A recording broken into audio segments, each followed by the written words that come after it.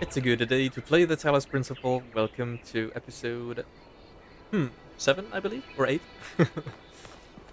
Last time we completed East 3, everything in East 3, and opened up this opening into the megastructure.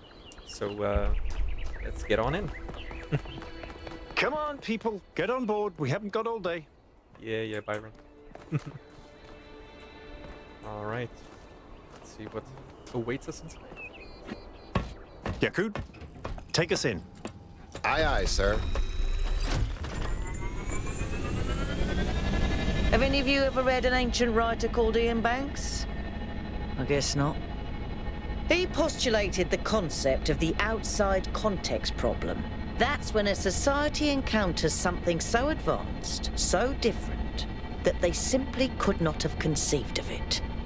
That's what this is. This whole place is one giant outside context problem, and we're headed right into it.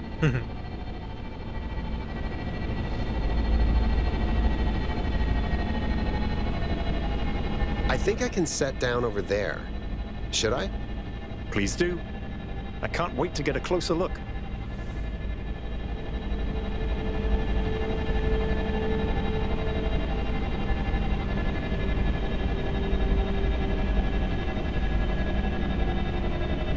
Setting down. Okay, everyone. We need to explore as much as we can, separately if need be, but stay in touch. Record anything interesting you find, and pay special attention to any clues as to who built this place and why. The schematics we found in that lab were extremely incomplete. So if you can find any more of those, that would be great. I think someone should stay at the VTOL just in case. I volunteer you. See you later, Al. It's quite massive, quite nice inside.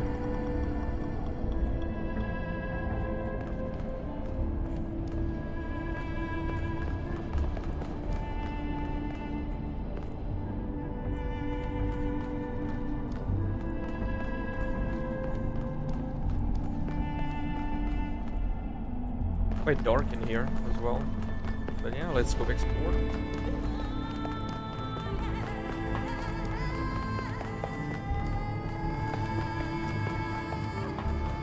What is this place?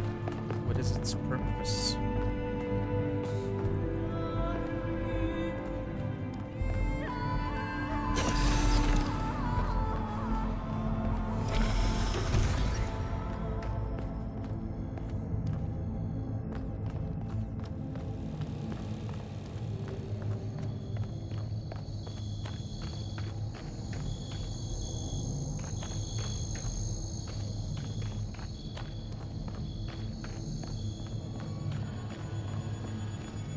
This thing seems to be broken.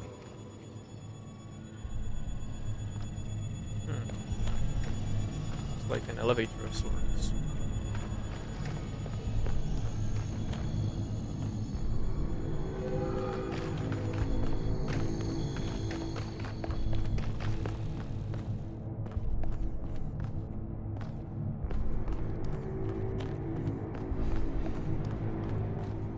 Hold on a second, 1K. I think I can find an override for that door. Maybe after that, you can help me with this elevator? One problem at a time. What's going on with these file structures? Okay, door should be opening. Now, about the elevator. Actually, the elevator's fine. Are you sure? Yeah, I'm pretty sure.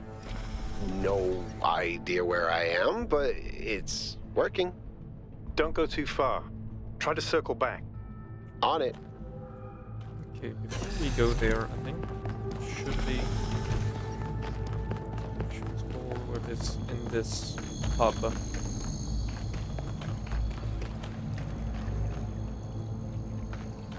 Prometheus is here, the Sphinx as well.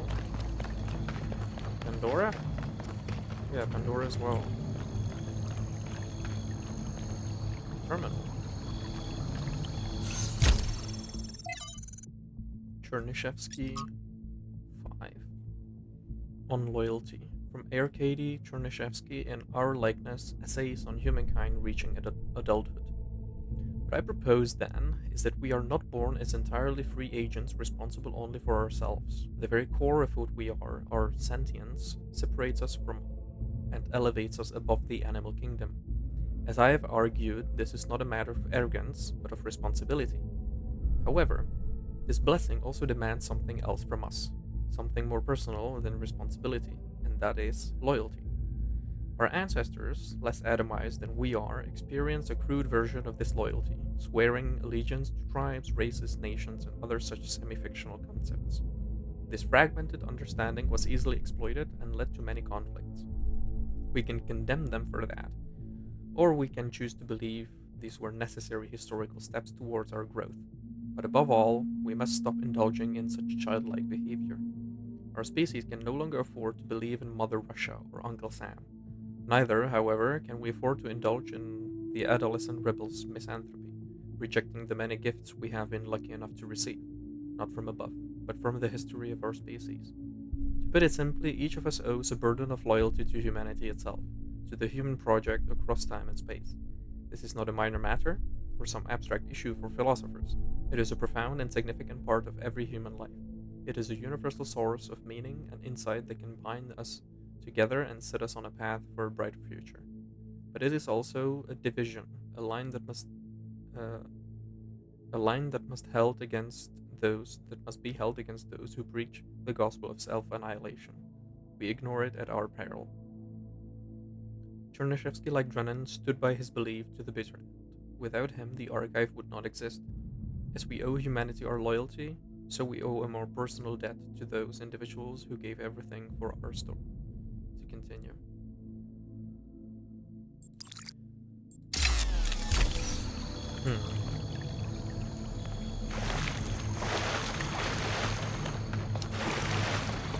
Well, nothing else here. So what did she want? Looks like I cannot access that phone reader.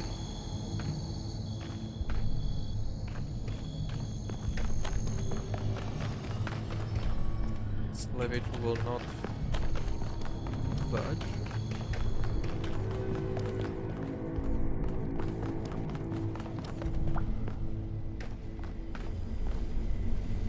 Isn't this an incredible space? Look at it all, it's beautiful. I agree, it is beautiful. That's good, that's excellent. I find that a lot of people these days can't see the beauty in things created by human hand. They can look at an ant colony or a coral reef and be impressed, but if it was made by humans, they just don't see it. It's good to be humble as an individual, but we have to be careful not to lose track of our accomplishments as a species.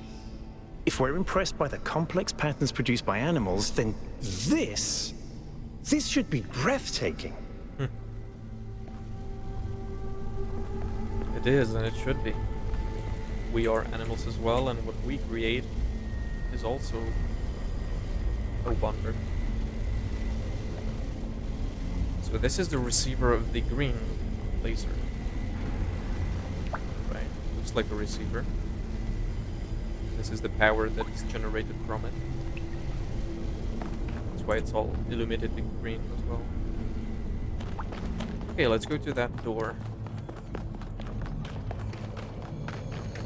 Let's see what awaits us.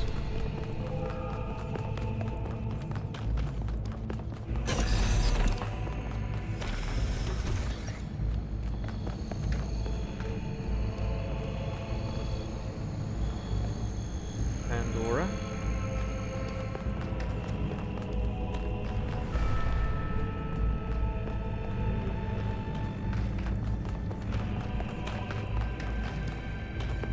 Whoa.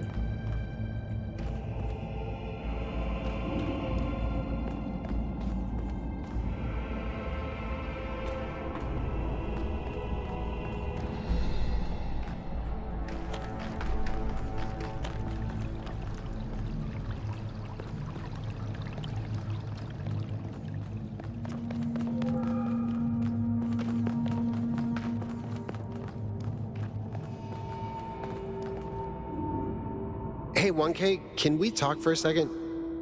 That whole thing with the elevator just gave me the creeps. Sure, what's up? When we first arrived here, I was really excited. It's such a huge place. The technology is so advanced. If we figure out what it all means, we could really change the future of New Jerusalem. The mayor says we have to avoid repeating the mistakes our ancestors made, to stay humble, to not reach too far. And that sounds very abstract, but I've seen the ancient cities. I've seen how much they built, how much they grew, how far they fell. So I've been thinking, what if all this sets us on the same path? What if this is too much power for anyone to control?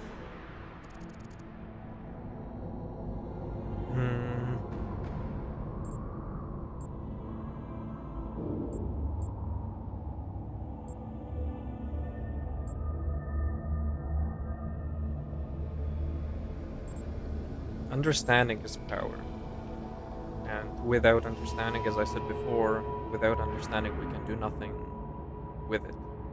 So we need to understand so that we may decide what to do with it, or if to leave it alone. So you're right, this place could be dangerous, but we need to understand it. I'm glad I'm not the only one who's a little worried, but we should keep exploring. Like you said, we need to understand what we're dealing with. Maybe it won't be all that bad. Thanks for talking to me, 1K. I know we're in the middle of something, but I kind of needed that. Sure thing. Where did your elevator come from, though?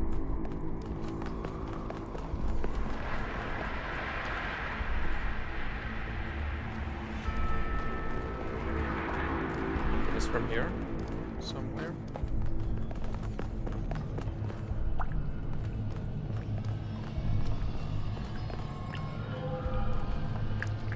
Anti-gravity thing.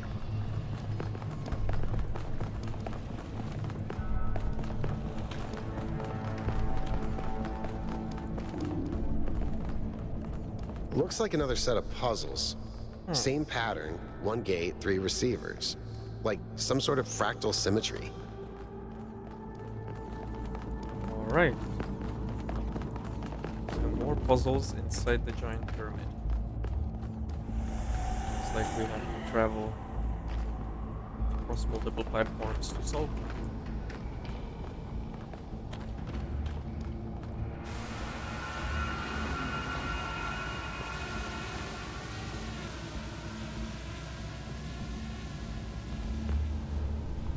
So he's operating the drone.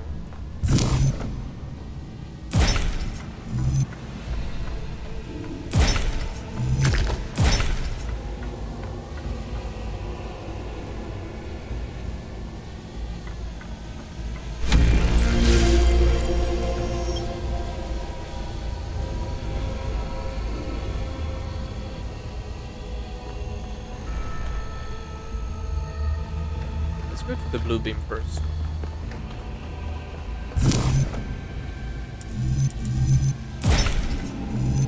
I keep getting locked out of parts of the system. I think I've tracked down some more schematics, though. Let's see. This might do something. Or not.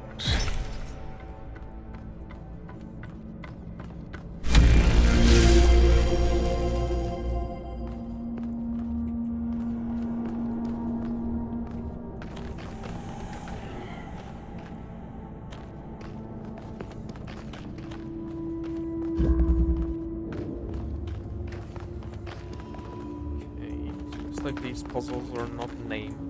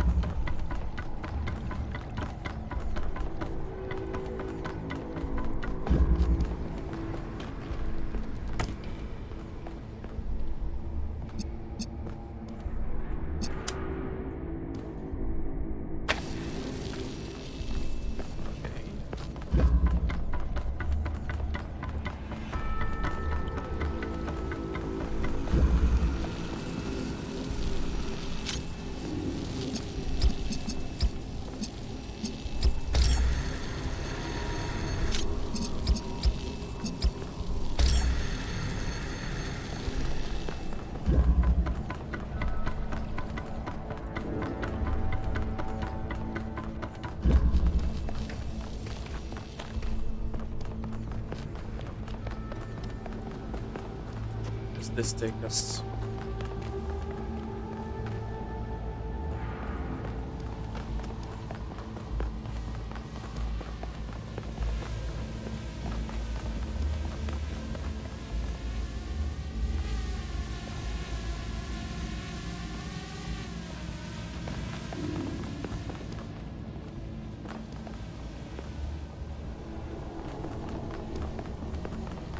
Like nowhere.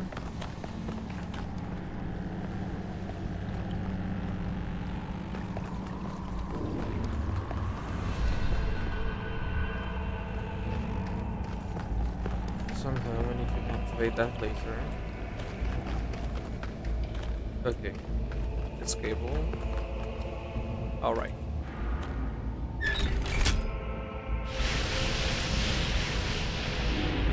Good job, 1K. So that's one down. 2 more to go.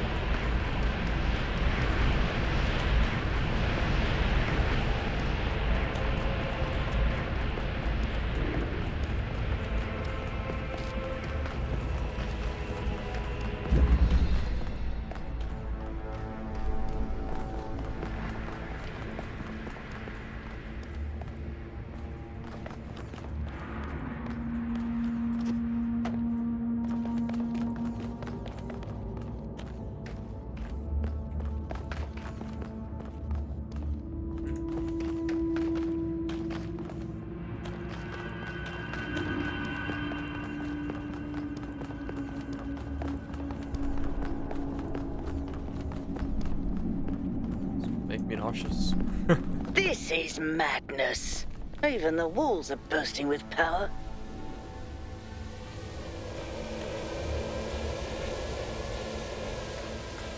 That drone is annoying.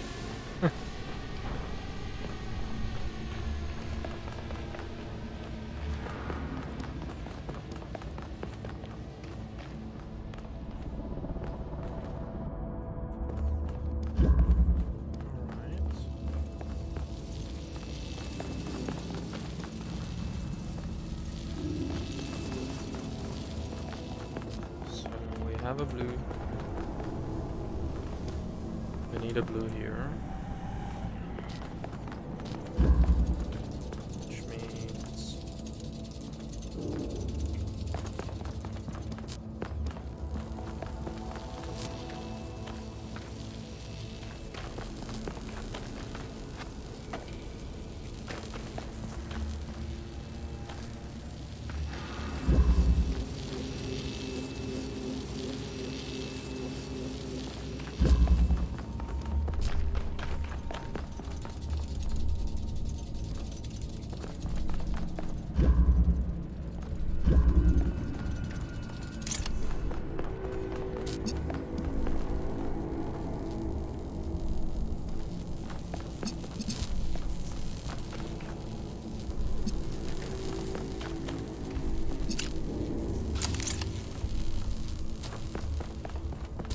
what do I need?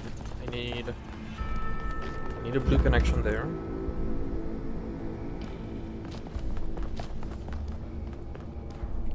I need to open up this red.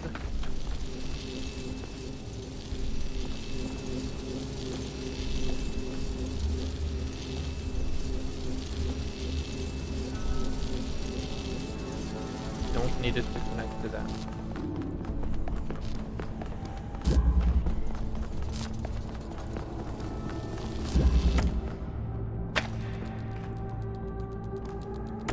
If I connect this red, and just pass on a blue.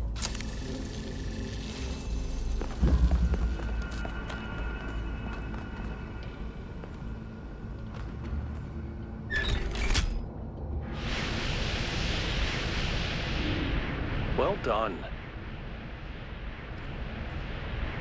Okay, last one.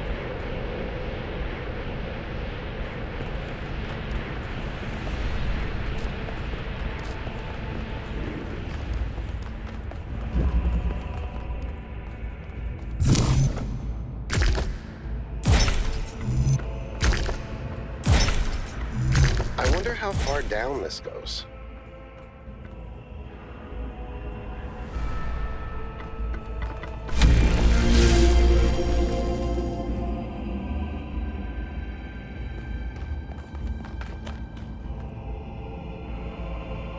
It's the lever.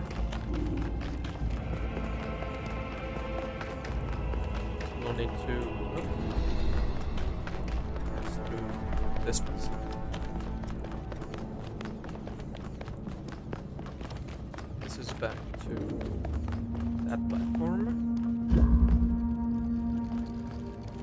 So we have a holder.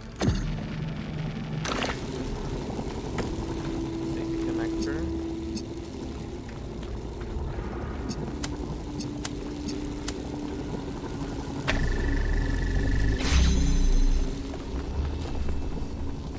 Do that.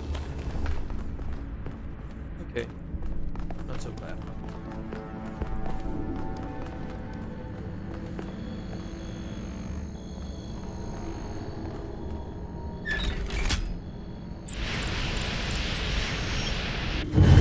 The gate's open. 1K if you want to. Go ahead. I'll finish up scanning this.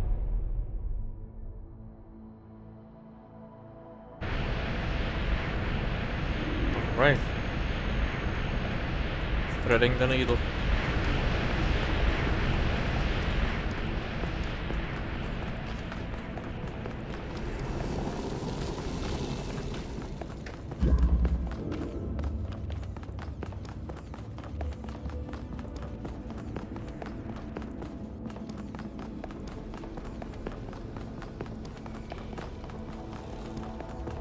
I'm excited.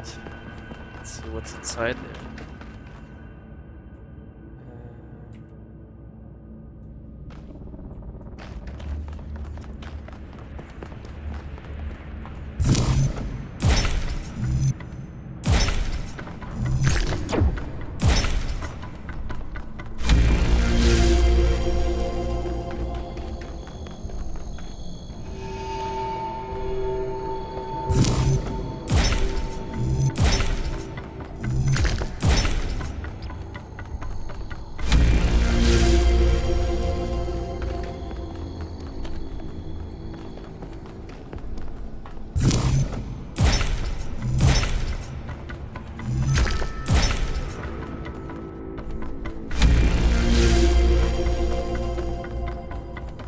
Okay, we have it all connected, at least.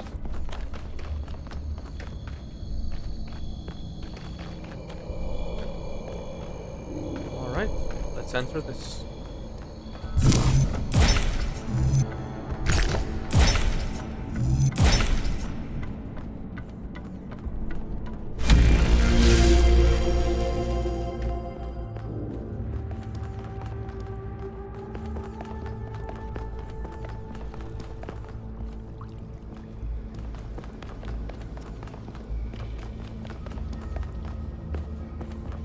Okay, it's symmetrical.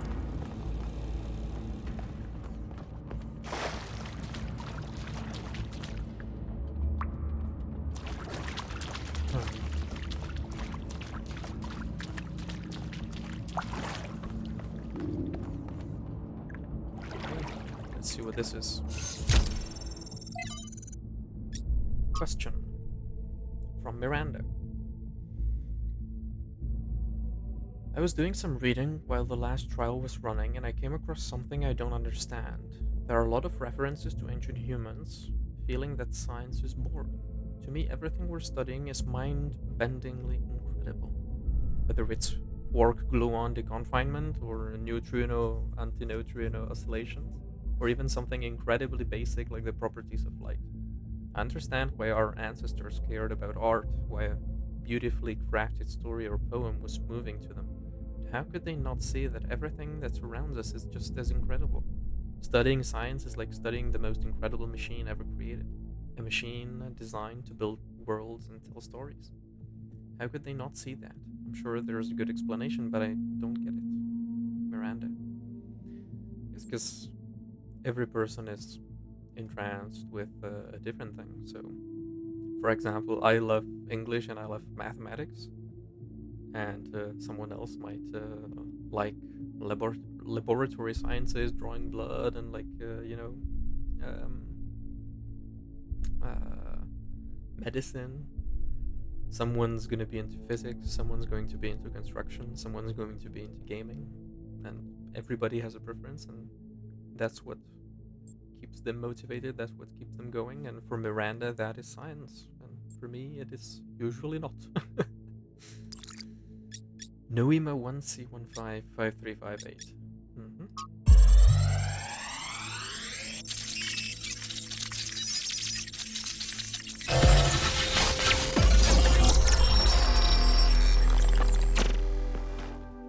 Mother? What are you thinking about, Mother? The Talos Principle. You see, it has two applications. One is to the self. It means facing the truth even if it frightens us. Understanding that living beings are machines and we can't afford to lie to ourselves. But that's just the beginning. The second application is to the world. This one seems easier at first. It's less difficult to understand that the universe is a machine, governed by laws. So we and the universe are the same. No, and that's the crucial part. We are conscious. Consciousness is rare, unlikely, but it's also the foundation of everything else. Without us, there can be no meaning. Without someone to perceive it, the beauty of the universe is pointless. But that shouldn't make us arrogant. No, in fact, it means we carry a tremendous responsibility. We are the light of the cosmos. And if we go out, there will be nothing but a cold, dark machine.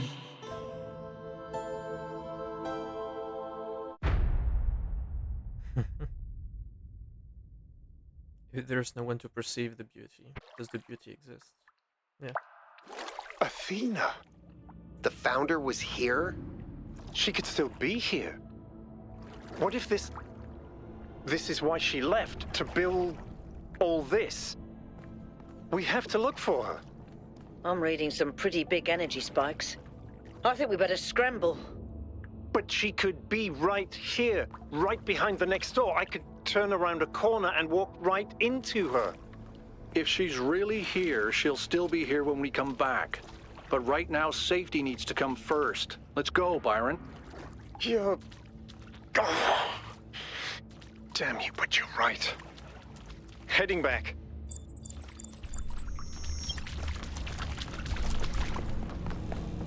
Alright, so Miranda is the daughter of Athena.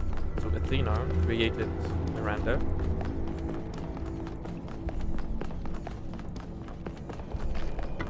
And that's probably what the experiment was.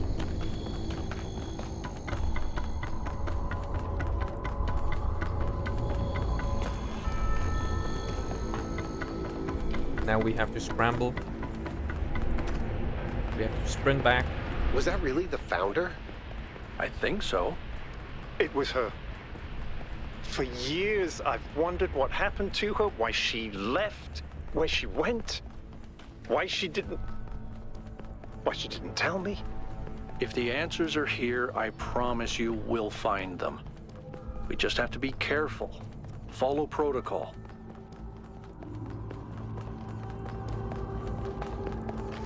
Yeah, we have to I still can't believe the founder built this place. stay organized. Has she been here the whole time? We don't know that she actually built it. All we know for sure is that she was here at some point. Of course she built this. Who else would have the kind of vision necessary to accomplish something like this? The question is why? And why like this? Why recreate all these aspects of the simulation? What is she trying to tell us? It does seem like it might be a test. I can't imagine any other explanation. But why is it so broken? Or does it just appear to be broken so that we have to learn how to fix it? I hate this. Well, I know one thing for sure. Everyone in New Jerusalem is gonna go absolutely nuts. Okay, now this is freed up. What's on this? Rust. Alfred Tennyson Ulysses. How dull is it to pause to make an end, to rust unburnished, not to shine in use, as though to breathe were life, life piled on life, were all too little, and of one to me, little remains, but every hour is saved from that eternal silence something more, a bringer of new things, and vile it were for some 3 suns to store and hoard myself, and this grey spirit yearning in desire to follow knowledge like a sinking star, beyond the utmost bound of human thought.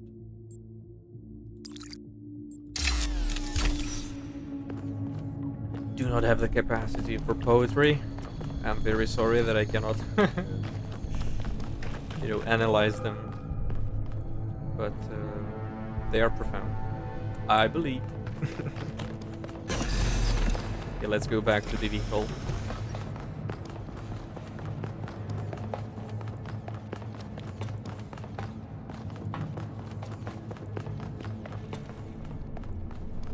Everybody's here.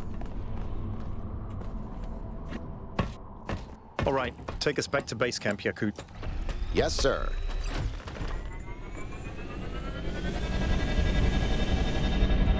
I'm getting some new readings. Looks like 2 of the northern sites are lighting up. I think that may have been me.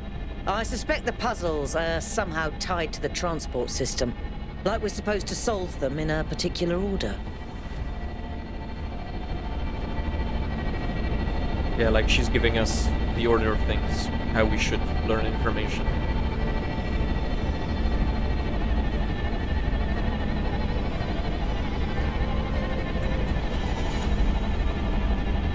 And we can see the pillars right there. All right, everyone. Our main objective is getting back into the megastructure. 1K, I want you on puzzles. You seem to have a knack for them. But the rest of us can't neglect our secondary objectives of studying this island and understanding this technology. Alright then. Seems like a plan.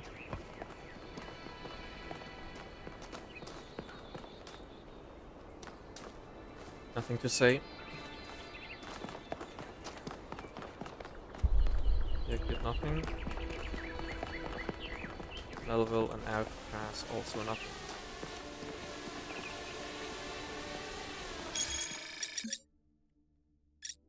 Preliminary analysis result, the particle clouds. Imagine an ant trying to make sense of a nuclear power plant, an armadillo trying to explain disco music. You get my drift. These particle clouds contradict every known law of physics. What's really shocking here isn't that we're seeing a new and powerful technology, it's what this implies about our grasp of physics. A lot of what we thought we knew must be wrong or incomplete on some fundamental level. A humbling realization. I don't like it. The system that runs all the tech on the island. From the degree to which vegetation seems to have spread, I would guess the megastructure has been abandoned for a while. Although the combination of moisture and heat does create an ideal environment for plant growth. What makes it harder to be sure is that some plants have clearly been placed for decorative purposes, so a lot of what we're seeing may have spread from there rather than coming in from the outside. It's surprisingly beautiful, but also kind of creepy. Alright, some info about that megastructure. But yeah, I think this would be a nice place where to end today's episode. So thank you very much for watching and for going along this this journey with me. And yeah, if you like the video, consider dropping it a like. If you have anything to say to me, you can consider dropping a comment as well, or subscribe if you want to be notified about the next video popping up. Yeah, thank you very much for watching again, and have a great rest of the day. Bye bye.